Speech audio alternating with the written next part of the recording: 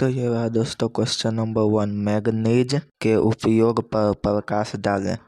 तो दोस्तों इसका आंसर होगा मैग्नीज का उपयोग इस्पात बनाने में, रसायन उद्योग में और शुष्क बैटरी बनाने में किया जाता है। ओडिशा, महाराष्ट्र और मध्य प्रदेश इसके मुख्य उत्पादक राज्य है। ये रहा दोस्तों क्वेश्चन नंबर 2, खादर और बांगर मिट्टी में अंतर स्पष्ट कीजिए।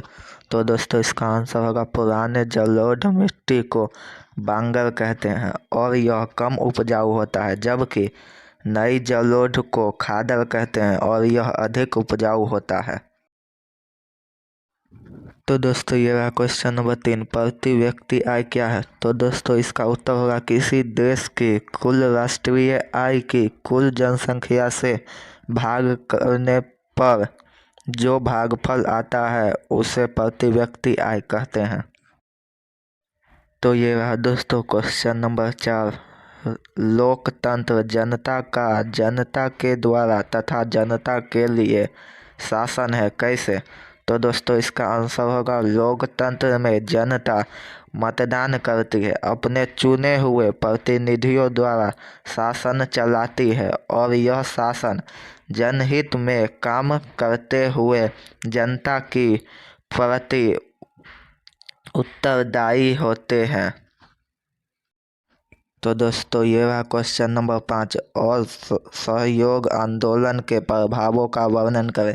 तो दोस्तों इसका आंसर होगा असहयोग आंदोलन के प्रभाव। असहयोग की नीति तो पूर्णतः सफल नहीं हुई, परंतु विदेशी वस्त्रों और सरकारी शिक्षण संस्थाओं का बहिष्कार प्रभावशील रहा। स्वदेशी भी भावना बलवती हुई, राष्ट्रीय शिक्षण संस्थाओं की स्थापना हुई, सामाजिक कुरीतियां मिटाने का प्रयास हुआ, कांग्रेस को नई दिशा मिली एवं उसका जनधार विस्तृत हुआ, राष्ट्रवाद की भावना उत्तेजित हुई। तो दोस्तों ये रहा क्वेश्चन नंबर 6, सोन अथवा कोसी नदी घाटी परियोजना के महत्व पर प्रकाश डालिए। तो दोस्तों इसका आंसर होगा बिहार की प्रसिद्ध नदी सोन पर डेहरी ऑन सोन के पास बांध बनाकर पूर्व पश्चिम दोनों ओर नहरें निकाली गई। इसमें 10 किलोमीटर ऊपर हटकर इंद्रपुरी में एक बराज बनाया गया। यहाँ से निकली गई नहरों द्वारा औरंगाबाद, भभुआ, सासाराम, गया तथा पटना जिलों में सिंचाई की जाती है। यह परियोजना बिहार के दक्षिणी पश्चिमी भाग में बसने वाले कृषकों के लिए वरदान साबित हुआ है।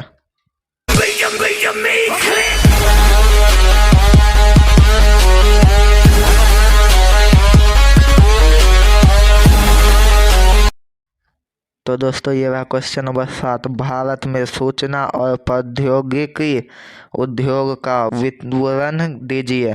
तो दोस्तों इसका आंसर होगा भारत में सूचना प्रौद्योगिकी एवं इलेक्ट्रॉनिक उद्योग तेजी से उभरता हुआ उद्योग है।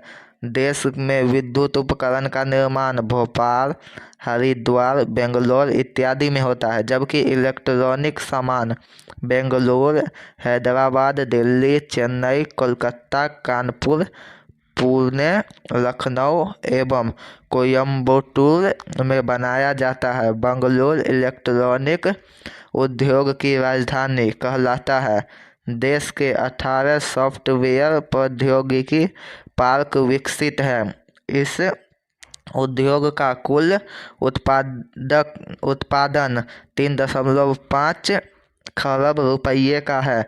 इसके निर्यात से 1 खरब रुपये की प्राप्ति होती है। तो ये रहा दोस्तों क्वेश्चन नंबर 8, उद्योगों की स्थानीयकरण के 3 मुख्य कारण को लिखें। तो दोस्तों इसका आंसर होगा उद्योगों के स्थानीयकरण के 3 प्रमुख कारण हैं। नंबर 1, कच्चे माल की उपलब्धि या सुविधा। नंबर 2 परिवहन सुविधा। नंबर 3 बाजार की उपलब्धता। ये रहा दोस्तों क्वेश्चन नंबर 9, बिहार की जनसंख्या सभी जगह एक समान नहीं है, स्पष्ट करें। तो दोस्तों इसका आंसर होगा 2022 के आंकड़ों के अनुसार बिहार की कुल जनसंख्या 14 करोड़ से अधिक है, परंतु इस वितरण काफ़ी असमान है। राज्य के समतल जलोढ़ मैदानी क्षेत्र में घनी आबादी मिलती है। मध्यम पश्चिमी क्षेत्र में भी जनघनत्व अधिक है। उत्तर पश्चिम पर्वतीय क्षेत्र तथा दक्षिण पश्चिम एवं दक्षिण पूर्वी पठारी क्षेत्रों में कम जनघनत्व पाया जाता है।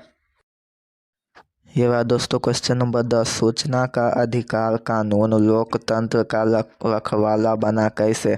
तो दोस्तों इसका आंसर होगा सूचना का अधिकार अधिनियम 2005 लोकतंत्र का रखवाला बन चुका है। इससे प्रत्येक नागरिक को यह अधिकार मिल गया है कि वह विभिन्न समस्याओं के समाधान की दिशा में सरकार के द्वारा किए गए कार्यों की जानकारी प्राप्त करे, उससे संबंधित निर्णय की प्रक्रिया, कार्य की प्रगति और किसी भी अभिलेख की मांग करे। सरकारी अधिकारी के लिए मांगी गई सूचना उपलब्धि कराना उसकी कानूनी उत्तरदायित्व बन गया है। इसके गोपनीय की जगह प्रशासन में प्रदर्शित आई